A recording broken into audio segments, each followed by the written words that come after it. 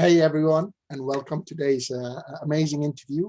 I have the lovely Sara Stevick here, right? And she's kindly agreed to donate her time to help do this interview with myself, okay?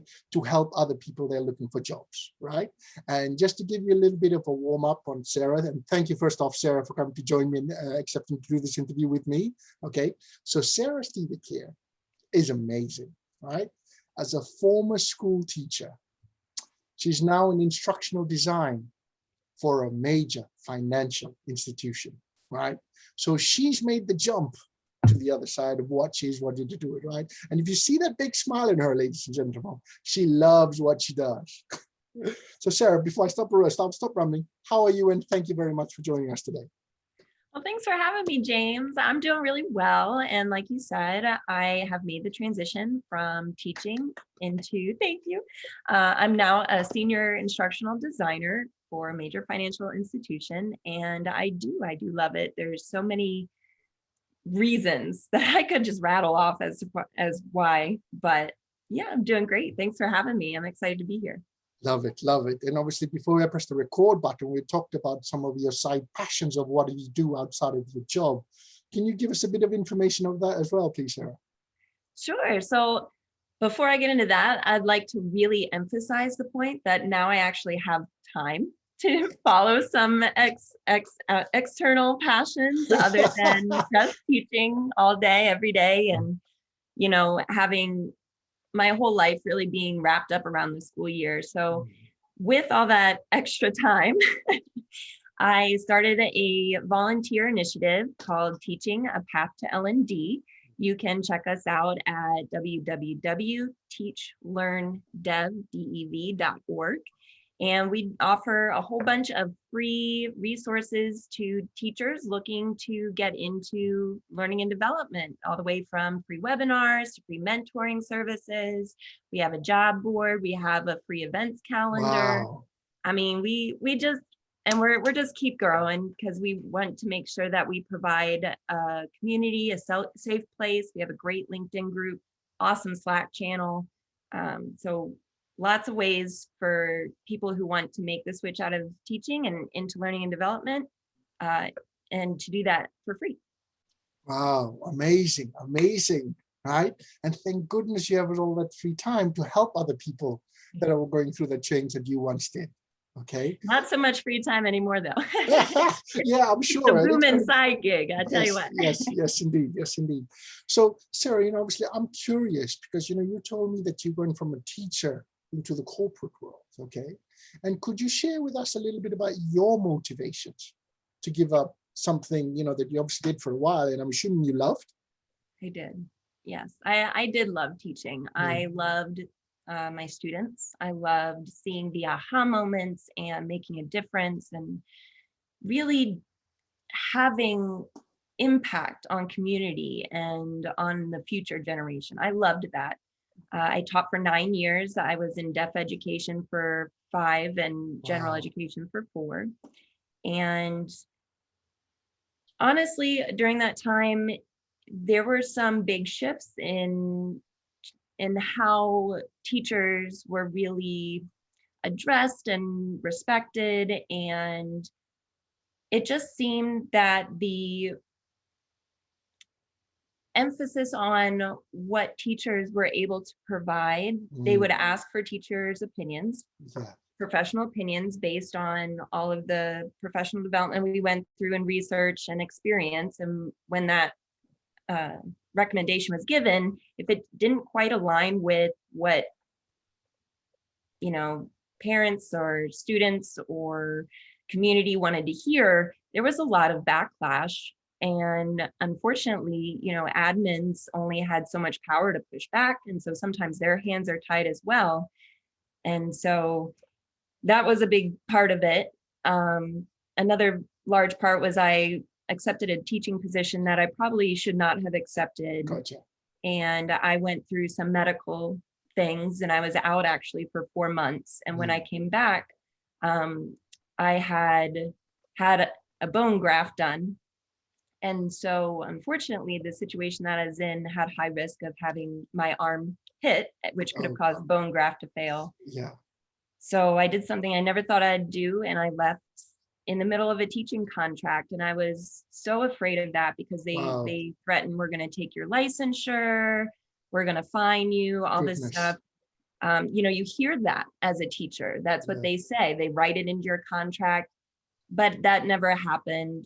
Thankfully, it was a very amicable split. great. Um, Great to hear that. and yeah, and I thought I would be blacklisted from teaching, so I Mm. had to find something else. Honestly, since that time, I've had about 4 or 5 recruiters actually reach out to me for teaching positions. So you're not blacklisted if you leave, it's okay. Good to Um, know. Good to know. so yeah. Ah, great. Right. And how long ago was this, Sarah? Before you made this transition? So it was a little over a year ago. So I left Yes. teaching February 2020, right before the big pandemic hit, Yes. really. And Yes. so that was an interesting thing to navigate as well. Mm. Everything was going on a hiring freeze and everything was going virtual. And so I had to learn how to navigate the virtual interviews and finding positions, how to use LinkedIn. That's something Yes. as a teacher I just never used. Well, you say as a teacher, I said a lot of professions, right? It's not just teaching. There's a lot of professions that, because no one really teaches us how to use LinkedIn, how to network and all these sort of things. It's all things we have to learn along the way, right? There's not a course you take in college or anything on how to do your resume or how to do LinkedIn, how to network. Actually, on our Actually, YouTube ooh, channel, there you we actually go. made that. So Well we done. realized, wow, there's really not a lot out there. Like, how do you make a LinkedIn profile that Mm. shows the attributes you want shown? How do Yes. you take all your experience and put it on a 2-page resume? I'm gonna say it. It's okay to have a 2-page resume as long as it's all relevant Mm. to the job that you're applying for. Love it. Love it. And there's good use of space. But Great. so we've made that for individuals because we saw that need as well. Nobody teaches that. Nobody teaches that, right? Nobody teaches that indeed. And it's the reason I asked about how long ago is when you did the transition, because I think, Sarah, it was about a year ago that you and I first met and said hello together, right? Yeah, So I'm so thankful for you, James. For just a little context for whoever's viewing this video, I was a hot mess when I left teaching. I cried for about 2 weeks straight. I had no idea what I was going to do, what role I was going to get. I just knew I couldn't stay as a teacher. I needed resume help. I needed a whole lot of help. And we James was all kind do. enough to reach out and to help me out when I needed it. And because of that, because of individuals like James, there were a few others that also generously donated their time, Mm. that I do what I do and I pay it forward in the volunteer initiative that I do. So Love it. Love that. Love that. And, and for full disclosure as well, just over a year ago when Sarah and I met, I was just starting out, right, as a career coach, right, and all these sort of things. So, I sort of knew some stuff, but a lot of stuff I was learning on the way, right? I was learning stuff along the way.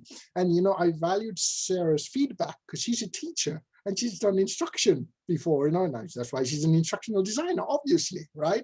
But I'm the coaching side, and it's very much the emotional side I want to bring in there, because I know what it's like to be a hot mess, to be out of work, to be stuck in jobs you don't want to do as well, right? So I brought that all in, but I needed some structure, and I needed some, to, as you say, take into account each individual's learning styles, right? And one of the things that Sarah said to me was, it's not very visual, this course, and we just had a chat, right? But I took that as great feedback to say, oh, yeah, hello, there's some visual people there I need to take into account as well. So I'm very grateful that we had that conversation when I first started and was trying things out, for that feedback, Sarah, right? And I've taken it on board, and I thank you so much for that as well. well, I'm glad we could help each other. It sounds Yes, like it was win-win. a It was a mutual win-win, relationship. most definitely, right?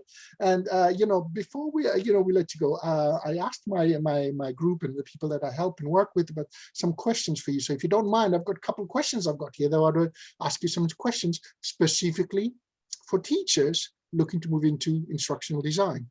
Let's do it. Great stuff, right? So the first question I got is, apparently there seems to be a large influx of teachers leaving or interested in transitioning into ID. Okay.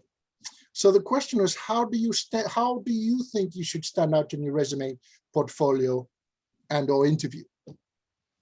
Excellent question. So first, I'd like to say that instructional design is kind of the poster child for learning and development. There's actually a whole world of roles that you could go into for learning and development. And I strongly encourage you to take a look at what some of those other options are, because depending on what you liked about teaching really dictates what type of role would fit best in corporate.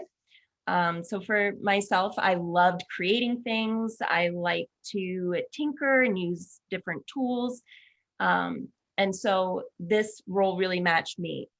Instructional designers don't get to see a lot of the aha moments. It's more they build and then someone else facilitates, or they put out an e-learning. So that is very different from teaching. So I strongly encourage you to research the role that you're going into. But as far as standing out, the devil's in the details. And I would say that all day long. Make sure that you send follow-up emails within 24 hours. Make sure that you include specific details from any of your interviews in those follow-up emails, topics that you discuss. Make sure that after you send in an application, you find that recruiter on LinkedIn or that hiring manager, and you send them a message saying, hello, my name is so-and-so. I came across X, Y, and Z job posting. Here's the link, because they might be hiring for a whole bunch, right? So I did already fill out the online application, but I wanted to personally express my interest by sending along my cover letter and resume, because I found this position very interesting because of X, Y, and Z, and pulled specific details from the job description. That's what they're hiring for. They're hiring for somebody who took the time to look into their company, to look at the role. They want someone who knows what they want and how it can help their company too. It is a mutual give and take. Love it. Love all of that. That's amazing. And you know what I got from that as well is, first off, it makes you memorable, right? It makes you memorable from all the other hundreds of resumes that they have to look on a daily basis, right? And it's one of the worst jobs in the world, trust me, right? But the other thing I want to say as well is, it shows your interest and shows your enthusiasm that you've taken the time to go that couple extra steps, devil in the details that you talked about, right? To show why you want to be in that company. Absolutely. And I love think that. Love that. You really do need a portfolio. And if I heard this from Devlin Peck the other day, who's an amazing resource, and I asked, that's exactly it. And he said, it's like, if you apply for a position without having a portfolio, it's like playing the lottery. It's possible to win. It's just very unlikely. Gotcha. So in building a portfolio, you're showing your work samples. These work samples need to be clean. They need to be functional. They don't have to have every bell and whistle. They don't have to be very long. But you want to showcase 3 to 5 items, say maybe an instructional video, a slide deck, an e-learning. And you want to make sure that it is built towards adult learners. If you haven't already signed up for LinkedIn Learning, there's 30 days free, or a lot of local libraries offer it for free as well. Gotcha. But they have a great adult learning course. Brilliant, amazing, well done. Yes. What was it? So you say so when you were talking about making a what's the word? Portfolio? Making a connection with the recruiters, right? I was like, isn't that a bit like stalking, Sarah? It sure is. And guess what? I'm here for it. No, I'm just kidding. But LinkedIn and professional networking is very different than social networking. Gotcha. Let me preface it with that, right? When you send a random person on Facebook a friend request, that's creepy. Yeah. When you send a request to someone on LinkedIn, you do want to make sure you attach a note and say why. Yes, indeed. Yes, And indeed. again, that goes back to the connection building and Yes. whatnot. But it's very expected to Mhm. get requests from people who are in the same industry, who are interested in moving into your industry, who work together. I get a lot of requests from like voiceover artists and whatnot. So what I would say when you're like, well, how do I build this network, Yeah. right? You can always search in the search bar for instructional designers or L&D Mm. and go and connect with people and send a message. It's great to do informational interviews. Say, hello, I'm interested in moving into instructional design, and I would love it if I could pick your brain with a few questions if you had a moment. Would you be willing to do a 15 to 20-minute Zoom chat or telephone chat so that I can learn more about the role? This helps build your connections. You never know where your next opportunity is going to Yes, come. indeed. Yes, indeed. Yes, indeed. So send those connections. I know it feels a little awkward. It's okay. Also, John Hinchliffe, Mm. Hinchliffe, Thank you for every spelling that. Friday. He's awesome. He's amazing. Every Friday, he does the Global Learning and Development Chat. So in the United States here, it's at 12 p.m. Eastern Standard Time. Okay. And so that group, you just get together and you meet a whole bunch of different people from all over the world for learning and development. Wow. It's completely Wow. free. You go and chat. You can make LinkedIn connections after. It's an amazing experience. Highly recommend. Brilliant. Loving the community you're building there. So, so I think you answered the second question already, Sarah, which is basically how to best network when most people, are teachers, right? And like you just talked about, you just got to reach out and, send connection invites, but send a message with it as to why you want to connect, right? And LinkedIn, just dive in. I know it's not, nobody's taught us how to use it, right? I have an excellent video on your setting up your LinkedIn profile if you'd like on my YouTube channel. You can search teaching a path to L&D. But really, it's all about just putting yourself out there. Put a picture on your portfolio. Put a little about me blurb. Yes, Who indeed. are you? Why are you different? And the same thing for your resume. If your resume reads like a job description, it's very unlikely to be selected for an interview because they want to see, okay, you said you did this, but how did you do this? What is a specific example? Yep. So when you show versus tell, you're creating a visual for them that is hard to forget. Yes, indeed. Yes, indeed. Love all of that. Great, great, great advice. Thank you very much for that, Sarah. And so the last question that I've got from my network to ask you was around, so for instructional design, the question was, I'm reading this out because some of these I don't know. Captivate, Articulate, Camtasia, Beyond, is that one?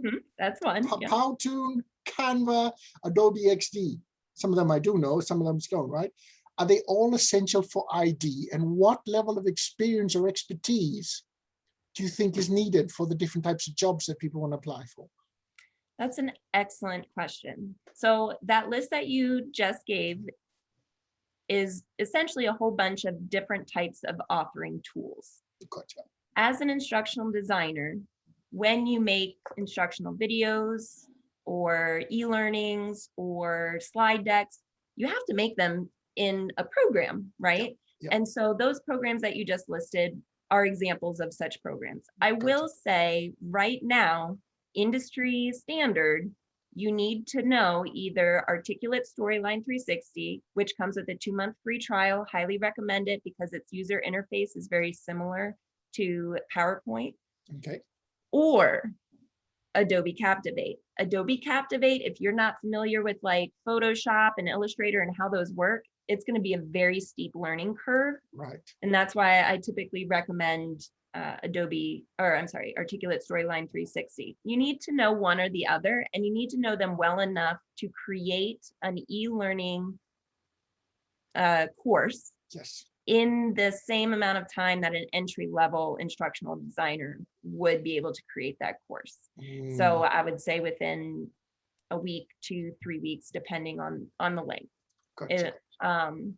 The other tools, Camtasia is a big one. That's a great one to learn it too. Comes with a 1-month free trial. Captivate also comes with a 1-month free trial. It's preference. Different companies use different tools. I will say Camtasia is a very popular one, just like Articulate Storyline is very popular right now. You just need to, it's like learning PowerPoint, right? You need to know it well enough to create stuff. You will never truly master any of these tools because there's always tips and tricks to learn. If somebody's trying to sell you and say that you can learn Articulate Storyline in a day or a weekend, that's not accurate. It takes many hours of practice. I would say once you hit about probably around 200 to 300 hours of practice time within Articulate Storyline, you're probably at the point of an entry-level ID. So make sure that when you get the trial, because it's 2 months, you have time to just dedicate. Summertime is great for teachers, right? If you're on vacation, make that your full-time gig for right now. Just get in there, play around. There's lots of free tutorials, LinkedIn Learning, YouTube. They have a great support community. I just Google how to X, Y, and Z in Articulate Storyline 360, and their community forum has a bunch of answers for basically any question you could ask. It has examples. It's awesome.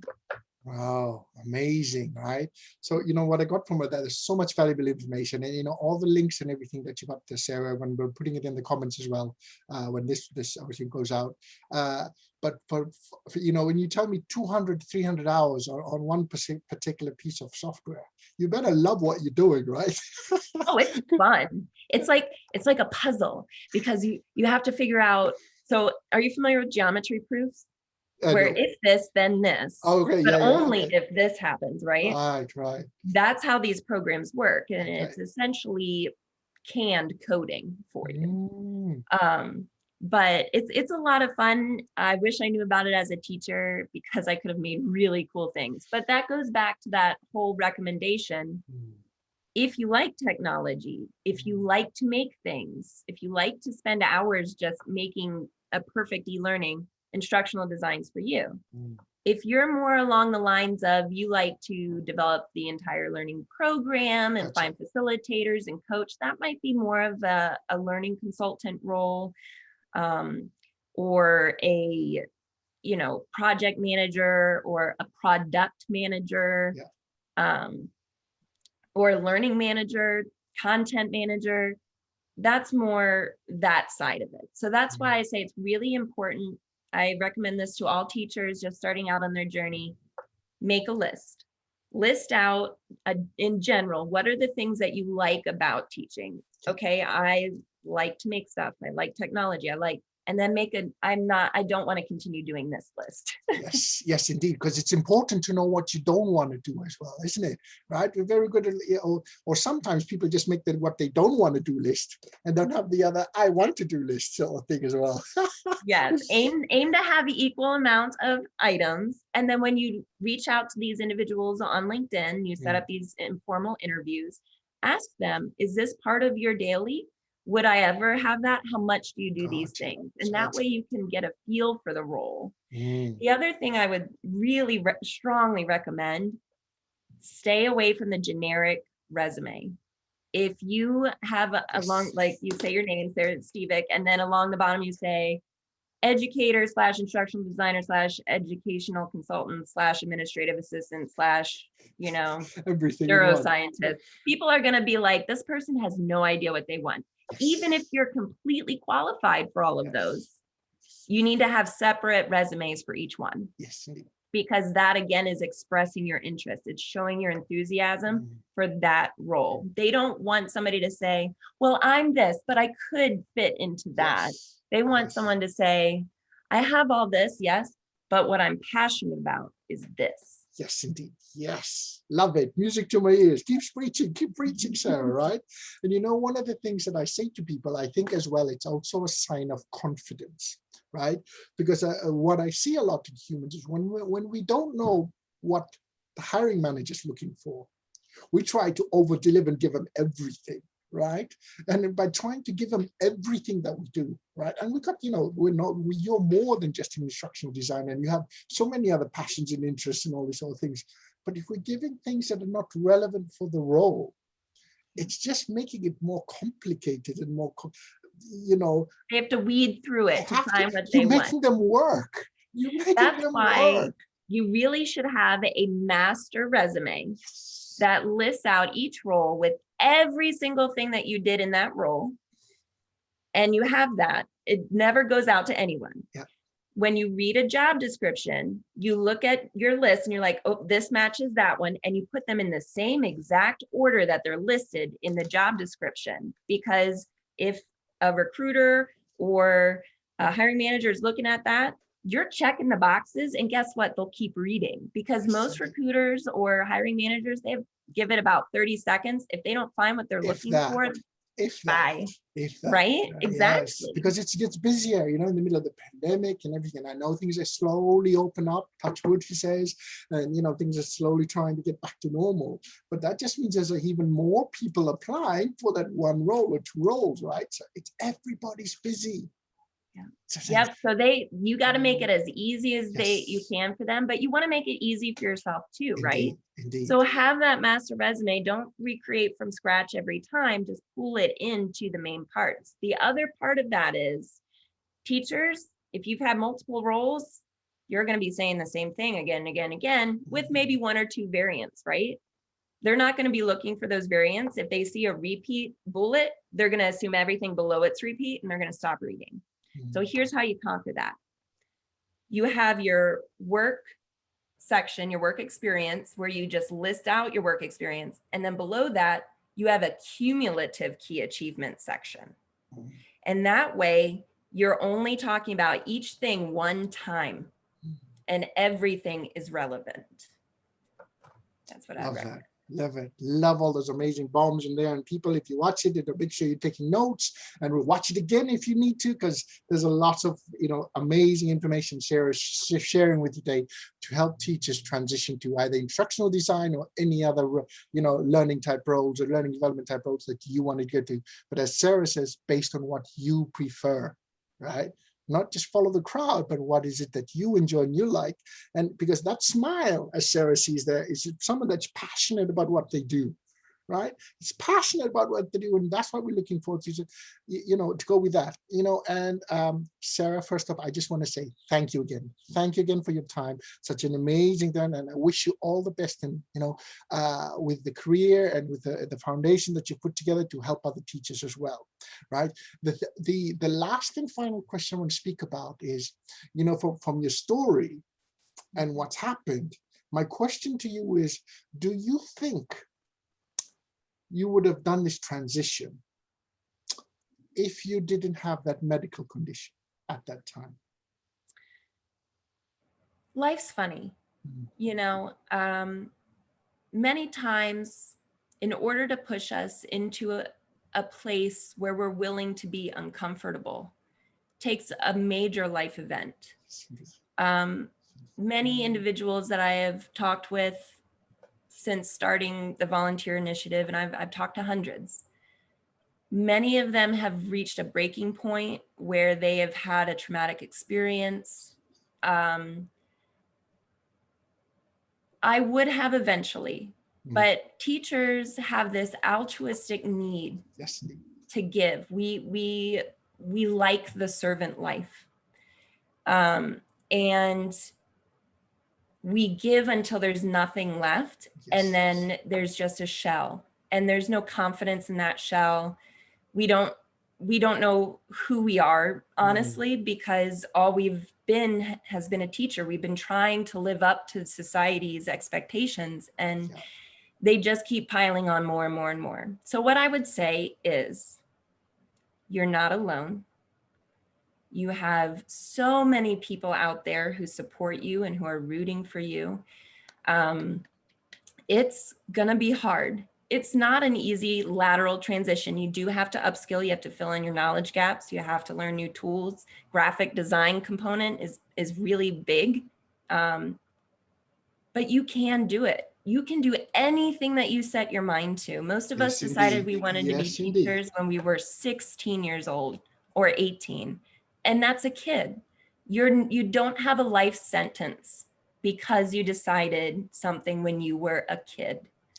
So if you are thinking that you want to try something new, try to just ignore the people who are, but you're such a good teacher. We need good teachers. Yes, we do need good teachers. That's absolutely right. And we need good instructional designers too. Yes, indeed. You do not need to justify to anyone but yourself why you want to make the change. Love it. Love that, right? And what I want to add to that, Sarah, is I'm a big believer that our passions change as well as we get older, right? You know, what you decided was your passion at 16, however many years later, might change, and that's okay. Or maybe we get in there and it's not what we expected. Like, I still love to teach. Yes. But there's other ways to fill that need. Yes, I mentor, I do webinars, podcast and video today. Yeah, I do trainings at work. Like, there's other ways to fill that need to teach and to help others. You're not locked in. I know it feels like it, especially with imposter syndrome, especially with the demoralization that we face. It's a hard pit to climb out of, but more than capable. I mean, think of the things that teachers do every day. It's amazing. Indeed. You've done way harder things than this. Yes, it's just this time you're doing it for you. And that's okay. And that's okay too. Yes, indeed. Yes, indeed. I completely agree. Okay. So Sarah, thank you very much again for your time. Very much appreciated. And I wish you all the best, my friend, on your future endeavors as you look to take over the corporate world. One step at a time. One step at a time. Right. Thank you, James, for having me. Thank you very much. Have a great day. You too. Bye-bye. Thank you. Recording.